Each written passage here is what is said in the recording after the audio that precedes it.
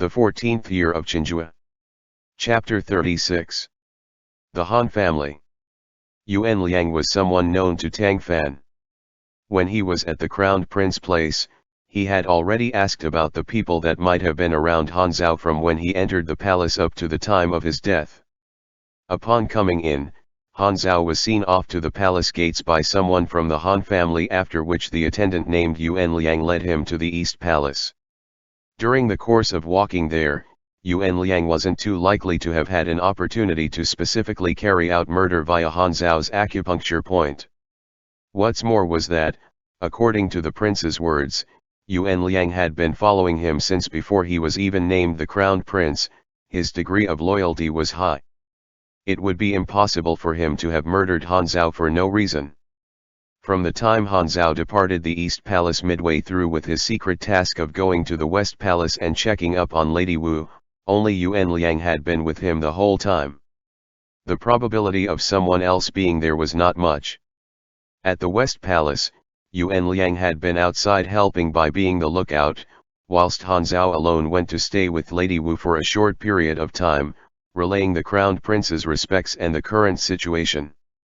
On the basis of Lady Wu's circumstances, she would have had ample motive and conditions to prepare for this case, placing the blame upon Consort Wan.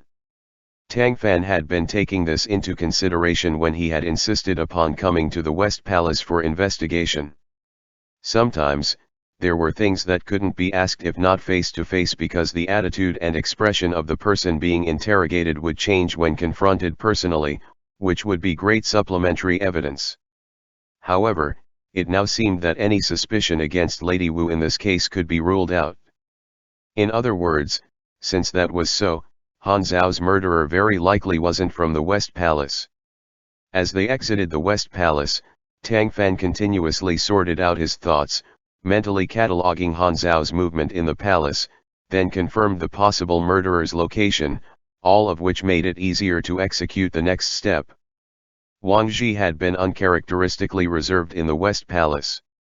While Tang Fan, Lady Wu, and the maid were conversing, he had merely stood to the side and observed with a cool eye. At the present, however, he suddenly started laughing darkly.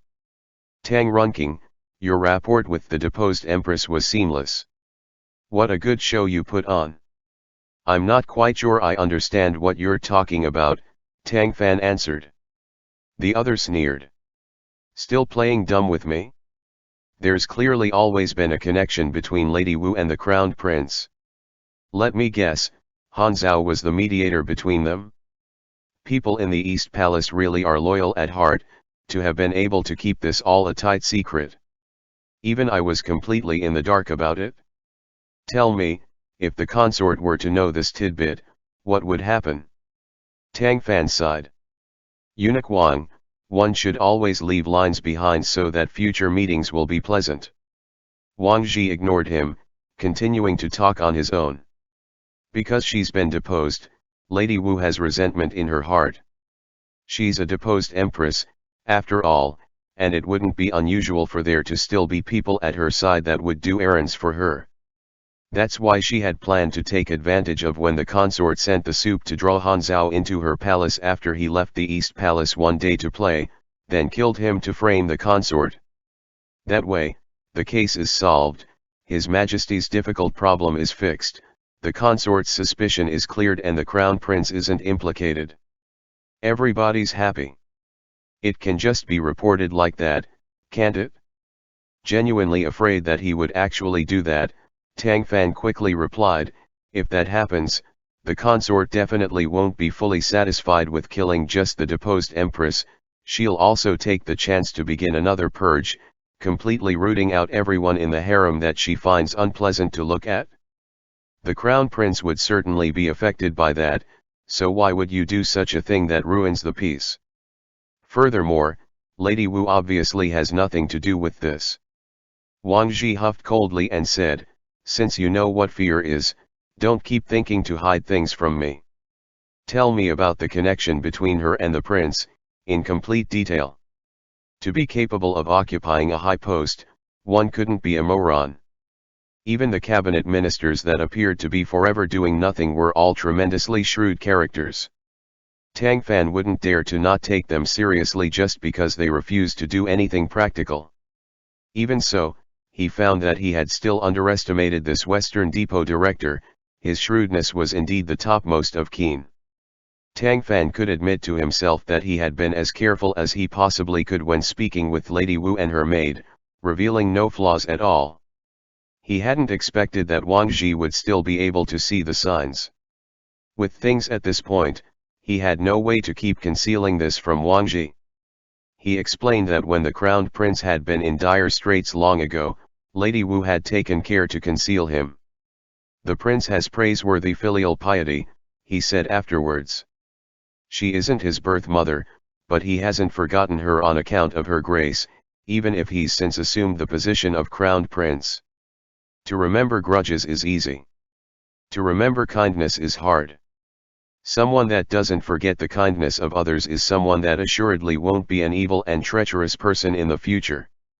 If he's guided well, he will most likely become a wise ruler. You've received the patronage of His Majesty and the consort, but you must think towards the future nonetheless. In the views of those below, a charitable crowned prince is much better than a miserly crowned prince with dark thoughts, yes. Wang Ji snorted. No need to be afraid. Since I've already consciously decided to tie the string of fate, I won't go back on my word. If I didn't intimidate you, would you ever get scared and tell the truth to me? Tang Fan thought to himself, you really were going to scare me to death. If you went to consort Wan with this, Lady Wu would be finished, and the crowned prince would also suffer implication, to say nothing of this little pawn of his. On the surface, though, he kept smiling bitterly. Do forgive me, eunuch Wang. The crowned prince made me keep this a secret. After all, the fewer people that know, the less risk there is of it being known. Wang Ji narrowed his eyes, glaring at him. Since we're going to work together, you need to have good faith. I'll tell you that I'm not going to sell out the crowned prince. As for Lady Wu, I can let her slide, but if there's any interactions between you and him from now on, I have to be in the know. Tang Fan smiled. That's a matter of course. If you'll be open-minded and fair, I'll be willing to be candid with you. Wang Ji looked at him for a long while before asking, so, Lady Wu really is unrelated to this? Tang Fan explained his own recent deduction about her, then said, right. We might need to switch direction and go investigate the Han family.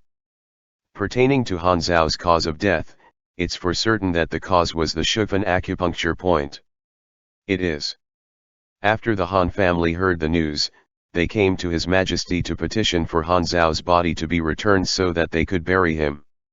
As you know, Han Fang had once been His Majesty's teacher and the latter is soft-hearted, so, their request has already been approved. If Han Zhao's death was related to someone in the family, we can push the boat along that water. The murderer might not be able to resist doing something to Han Zhao's body, and when that time comes, we'll come to catch the turtle in a jar. How about it?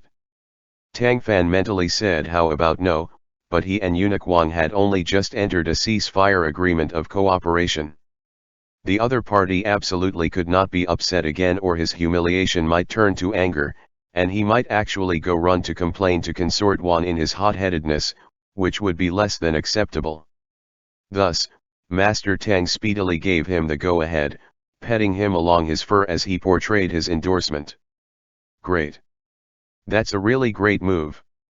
You're worthy of being you. Wang Ji laughed icily. Fake. Too fake. The other side-eyed him.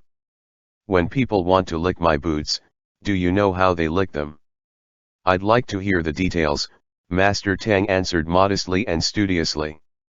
Wang Ji, with hands behind his back, explained it proudly to him. Last year, I had been ordered to go on a mission outside the capital. When I got to the place, a crowd was led to welcome me. A local official noticed that I had arrived covered in dust from travel, my boots covered in dirt. Because they only had wine ready for my greeting with nothing else, he first had me sit down, then personally took my boots off for me, personally lowered his head to lick them clean, then personally helped me put them back on. Can't you learn a real lesson from that, Tang Runking? In accordance with Wang Zhi's authority and care from the emperor, that official had taken a humble stance that spared no degrading act in order to curry favor with him. Even though it sounded disgusting to hear, if he could hug eunuch Wang's thigh with that, it would be considered worth it. Master Tang's response took a bit long. After a short time passed, he let out an ah and said, "Saliva. Those boots got drenched with saliva. Did you wear them the whole time afterwards, eunuch Wang? Leather is quite thick, but if the other party had a bit of tuberculosis or some other disease, the saliva would leave yellow phlegm hanging on the boots in its wake. Also, on account of them being black, it wouldn't be too obvious." He analyzed this with deadly seriousness, the main point of his lesson having long skewed off into somewhere above the clouds. "What is actually going on in your head?" Wang Zhi shouted angrily. Tang Fan looked back at him with pure and innocently blinking eyes. Wang Zhi had originally wanted to flaunt how others fawned on him, beating on Tang Fan while he was at it, but the end result was that he got nauseated for no good reason by the man's chatter. "Talking to you is truly the worst." Eunuch Wang, completely livid, brushed his sleeves to the side and left, straight up casting Tang Fan behind him with no care as to whether he could follow him or not. "Hey, don't walk so fast," Tang Fan called from behind him, in no hurry. "My limbs are old. I can't keep up." The case had happened at the East Palace, the responsibility for it heavy. Every move and action was being watched by all, even the Son of Heaven was interested in this anomaly. Despite Tang Fan shouldering an imperial order, his actual rank was still where it was, and he couldn't simply have an audience with royalty whenever he wanted. Wang Zhi had thus gained a particularly important use on this. He wasn't the primary investigator, but he could speak to the emperor and consort Wang, as well as have audience with them at any time, which was equal to him serving as a messenger between Tang Fan and His Majesty. Each time the case progressed a stage or had some headway, he was required to go and make a thorough detailed report. Now that preliminary findings stated that this might not have too much to do with the palace itself, everyone sighed in relief. The emperor was also content with this outcome. His beloved woman wasn't implicated, nor was there a need to raise a tempest in the palace. He felt slightly sorry for his teacher, but this was indeed the best result. He delightedly agreed to the Han family's request, having Wang Zhi send Han Zhao's body back to them. Meanwhile, on the crowned prince's side, Tang Fan was giving his own report of the result. After hearing that this had nothing to do with Lady Wu, the crowned prince was also happy and thanked Tang Fan in person. Tang Fan smiled painfully. "You mustn't rush to thank me, Your Highness. To this day, the murderer has revealed no clues. There's still many bits of doubt and the entirety of the truth isn't clear yet. I can only claim that there's a possibility that the palace is unrelated, not that it's unrelated for certain." The crowned prince smiled bashfully. "I know. You must be under no small amount of pressure over this, Prefect Tang.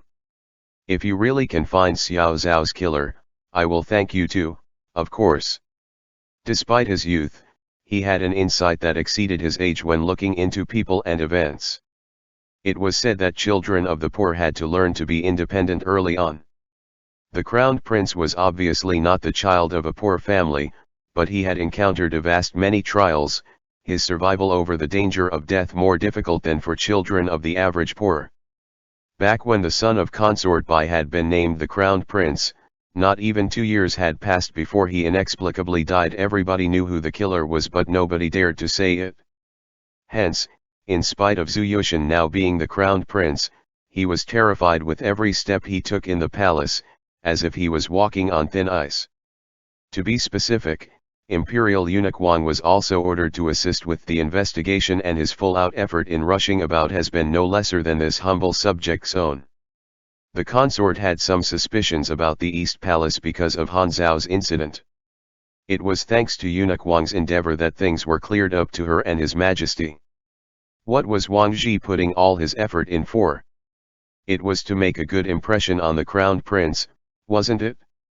Thus, Tang Fan was happy to go with the flow and do a little favor for him in front of the crown prince.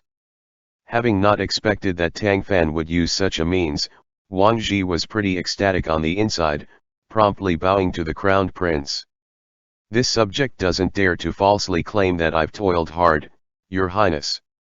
This is all for the sake of comforting the deceased, finding out the truth, and allowing both you and His Majesty to set your minds to rest. In general, eunuchs and maids would self-degrade themselves as this lowly one, but for Wang Zhi, Shang Ming, and others in their positions, they were no longer of inferior status, comparable to palace maids appointed into management positions. Even the emperor would address them as insubject, which meant that they could call themselves the subject like the major imperial officials elsewhere. The crowned prince knew that Wang Zhi was one of consort Wan's people. He also knew that she hated him, as the crowned prince. Most people believed that consort Wan was the one responsible for Han Zhao's death, while she suspected that the crowned prince had purposefully framed her. Wang Zhi explaining things to her so that she quelled her suspicions about the prince was an immense favor. Thus hearing that, the young prince was beyond surprised. "You're too modest, insubject Wang," he quickly answered. "You have done your duty with the utmost of loyalty. I've often heard Father Emperor mention you, as well. This case will rely heavily on your hard work. I will never dare to neglect your trust, Your Highness," Wang Zhi answered, all serious. "I will do all that I can." Once they left the palace, a smile was on Wang Zhi's face. "All right, Runking, I really hadn't read you wrong. You're pretty loyal. See.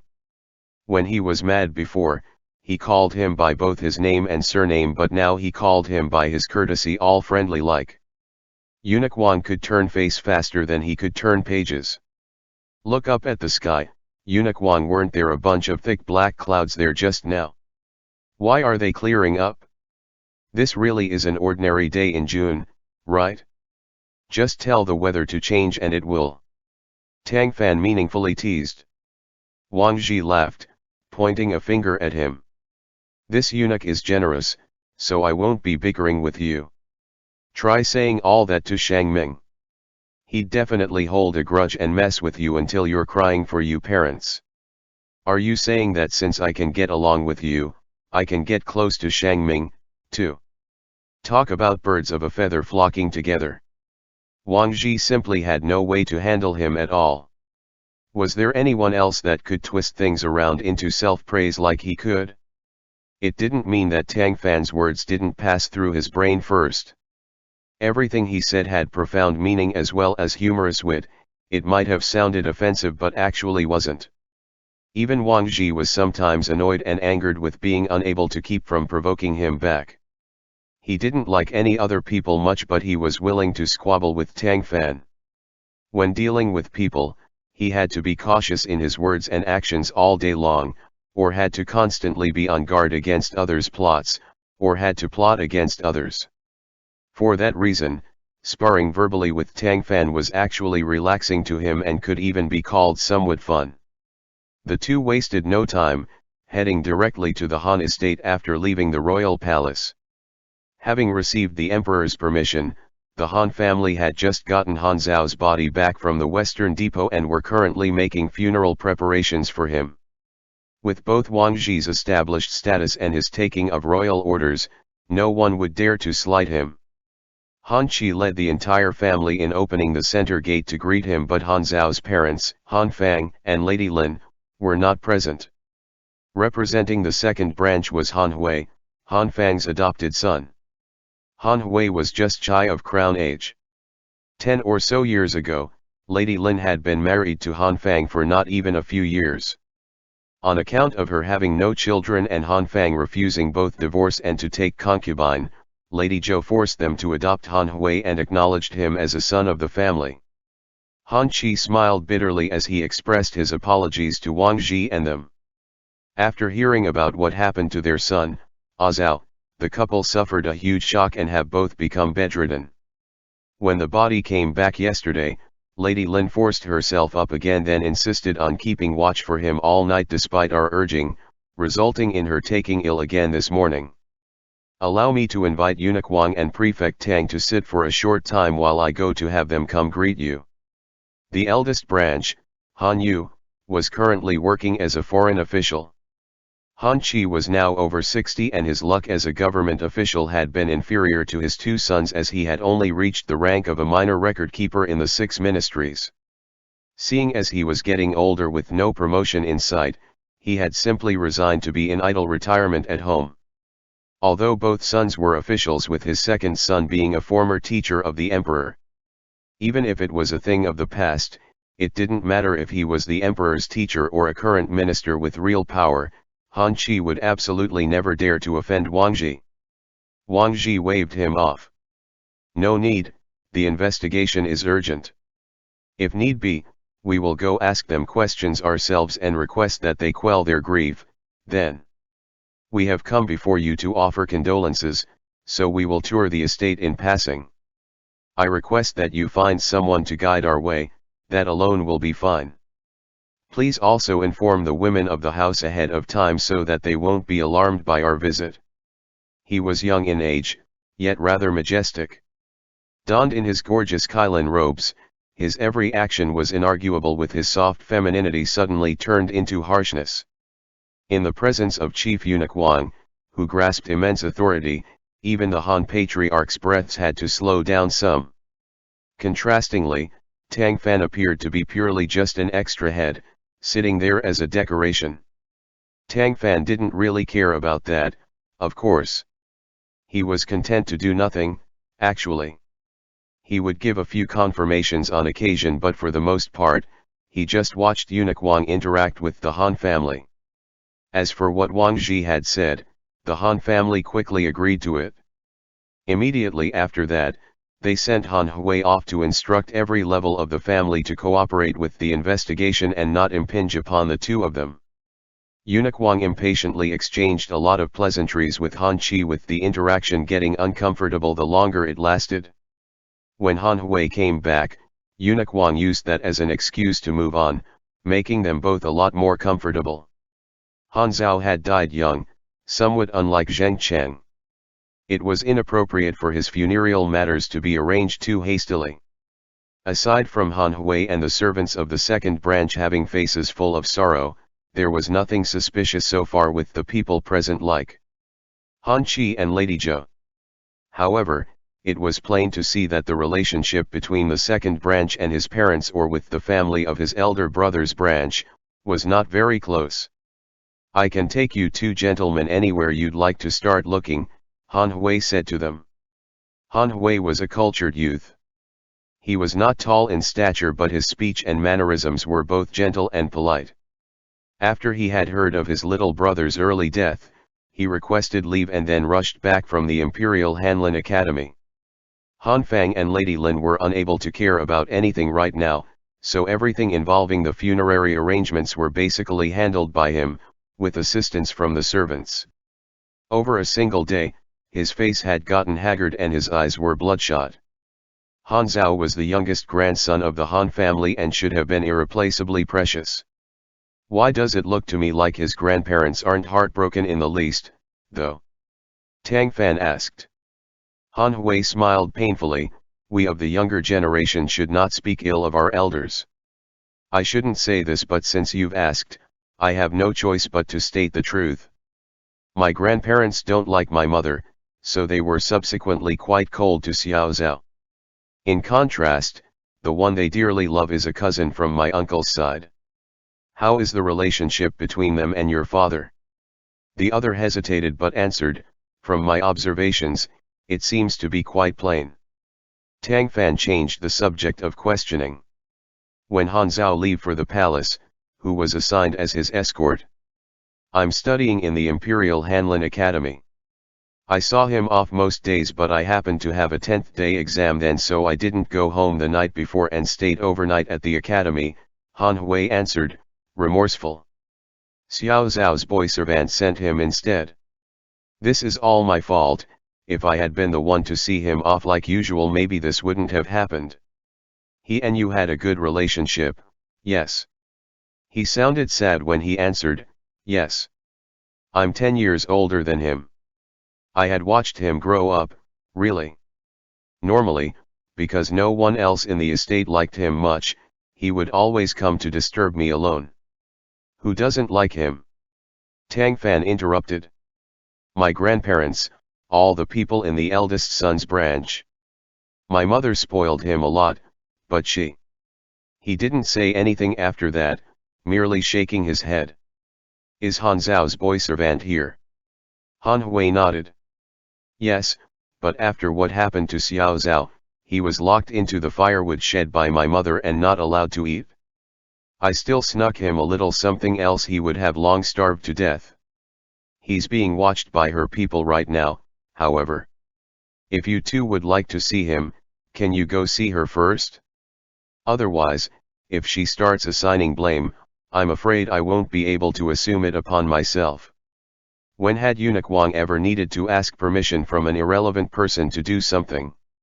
If they were talking about Han Fang, he would still give him some face for having formerly served as Chenhua's teacher, but he didn't have any such kindness in regards to Lady Lin.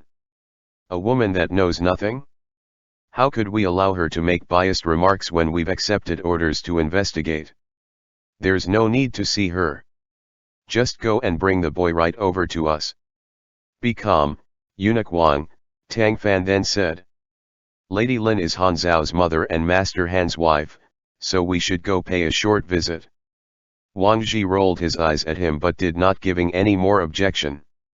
Han Hui could tell that out of the two gentlemen before him, Eunuch Wang was of higher status, but when it came to investigating the case, Tang Fan was the one in charge. He smiled in appreciation at Tang Fan. Please follow me, then. Through his guidance, the two came to the main room where the second branch lived. Hearing that they had arrived, Han Fang got out of his sickbed to receive them. He was indeed pale-faced and ill-looking. For the Sacred One to have ordered an investigation on my son's tragic death is an immense grace. You two have toiled hard and I really can't be thankful enough. Following some polite phrases, Tang Fan asked about the boy servant locked up on Lady Lin's orders. Han Fang smiled bitterly. I'm ashamed to say it, but my wife suffered a lot of hardships after marrying me. Back then, I had been very busy all day long and hadn't paid attention to what went on in the residence. By the time I had realized that she was depressed to the extent that her personality had changed drastically, it was already somewhat too late. Fortunately, we later got Junji and then she had Azao, after which she gradually got a lot better. I've let her down. Junji was Han Hui's courtesy name. Though it meant that the relationship between your wife and the other women of the house isn't good. Han Fang sighed. Yes. Because of the resentments of previous years, my wife's relationship with my mother and sister-in-law was strained. Apparently, what Wang Ji had said before about the Han family was entirely correct. From Han Fang and Han Hui's words, it wasn't hard for Tang Fan to outline the visage of a petty-natured woman. Even an honest living official would find family matters hard to settle. Since there were so many people that had grudges with Lady Lin, one of them acting against Han Zhao in order to retaliate against her wouldn't be that shocking. We want to see the boy servant first. My wife is now resting in the back hall. I will go talk to her. Please wait a bit. He could have decided on such a trivial matter himself, yet still said that he needed to ask his wife. Deep love, have no fear. Even though Lady Lin had a poor relationship with the rest of the family, she had Han Fang treating her sincerely and willingly, not taking concubines in. Since we're already here, let us visit her with you. That's fine. Their group came to the back room. Where is the madam? Han Fang asked the maid outside. She is now resting inside, she answered. As soon as she said that, an inquiry came from within. Who's there? The maid quickly lifted the curtain and spoke. Nanny, the master has come. There's also a couple gentlemen that say they want to ask about young Master Zhao. Following a short minute, they heard a reply from the interior, "Please enter." Tang Fan and the rest walked in behind Han Fang, wound around the screen, then caught sight of a middle-aged woman half reclined on the bed, on the cusp of getting out of it. An old woman attended to her nearby. Han Fang quickly stepped forth to stop her. "Your health isn't good, just lay down. These gentlemen are Eunuch Wang of the Western Depot and Prefect Tang of Shuntian Prefecture. They were ordered by His Majesty to come and investigate Azao's death, so they wish to see his boy servant. If the madam is unwell, there's no need to get up," Tang Fan added. "We will come over there to greet you." Lady Lin was in her 30s, but she was still attractive, her charms and features all of the topmost quality. There was little surprise as to why Han Fang was wholeheartedly devoted to her all these years. Even so, at this time, her complexion was slightly sallow and gloom lingered about her face. "You've both worked hard on my son's behalf. I'm really sorry," she spoke warmly and fittingly then, but once she caught sight of Han Hui standing behind Han Fang, her expression suddenly changed. "Who let you in?" she shouted harshly at him. "Miss Xian," Han Fang pleaded. She ignored him, glaring harshly at Han Hui. "Get out. I don't want to hear or see you," she said hatefully. "Is it not enough for you to kill your little brother? Do you want to come kill me, too?" Han Hui didn't know what to do. "Mother! I don't have a son like you," she shrieked. "You could have sent Xiao Zhao to the palace that day. Why didn't you? Did you do it on purpose? Did you think that if he died, you'd be the only true son of the second branch? I'll tell you this, don't get such high hopes. I didn't birth you. Go find that old harpy. She's the one that had you come into the Han family, so you can go be her son." Noticing that she was speaking more and more improperly, Han Fang had to shout, "Miss Xian." She panted, her composure collapsing in an instant. She pounded on her chest, wailing and yelling. "Xiao Zhao! Xiao Zhao! Ah, your mother's heart. You died so awfully. Who was so cruel as to hurt you? Was it Lady Zhou? Lady Wang? Give your mother a sign in her dreams. When I take revenge for you, I'll join you. My boy." Her sharp wails pierced right into the eardrums, making Tang Fan frown. Eunuch Wang could bear with it even less so, straight up throwing out a "I don't know what to say," then turning and leaving with a fling of his sleeves. Han Hui quickly followed after him in avoidance. Helpless, Tang Fan watched as Han Fang softly consoled his wife and slowly coaxed her to stop. Asking nothing more, he also turned and left. Exiting the room, he saw Wang Ji and the rest standing in the courtyard. Han Hui was bowing and apologizing to him. Upon seeing Tang Fan come out, Han Hui gave him a pained smile. "Please forgive us, gentlemen. My mother's mind has been a bit off since a few years back. Things like this happen suddenly sometimes when something upsets her and she can't recognize even her own family." It could be told from his smile that Han Hui must endure a lot of wrongs usually, and Lady Lin's words had been really heart-stabbing, too. Though he said she had lost her decorum due to upsetting stimulants, that speech held an overall glimpse of the hidden truth, hadn't it? That was how his adoptive mother viewed him, and Han Hui really didn't know how to feel about it. Even Tang Fan couldn't help but feel indignant on his behalf. They naturally had no idea that later generations would have proper term for Lady Lin's symptoms, persecutory delusions. In other words, she imagined up that people were going to hurt her, feeling that she had enemies all around her. Lady Zhou, Lady Wang, and Han Hui were all on her list of imaginary foes. Due to the cautious expressions of the maids and the old nanny from Lady Lin's room just then, the latter likely had these episodes often, was poorly tempered and would throw things onto the ground. If Tang Fan wasn't guessing incorrectly, this ailment ought to have been caused by the day and night repression she had faced after marrying into the Han family. Han Fang felt guilt, so he allowed her to go on like this for many years. "How long has she been like this?" he asked Han Hui.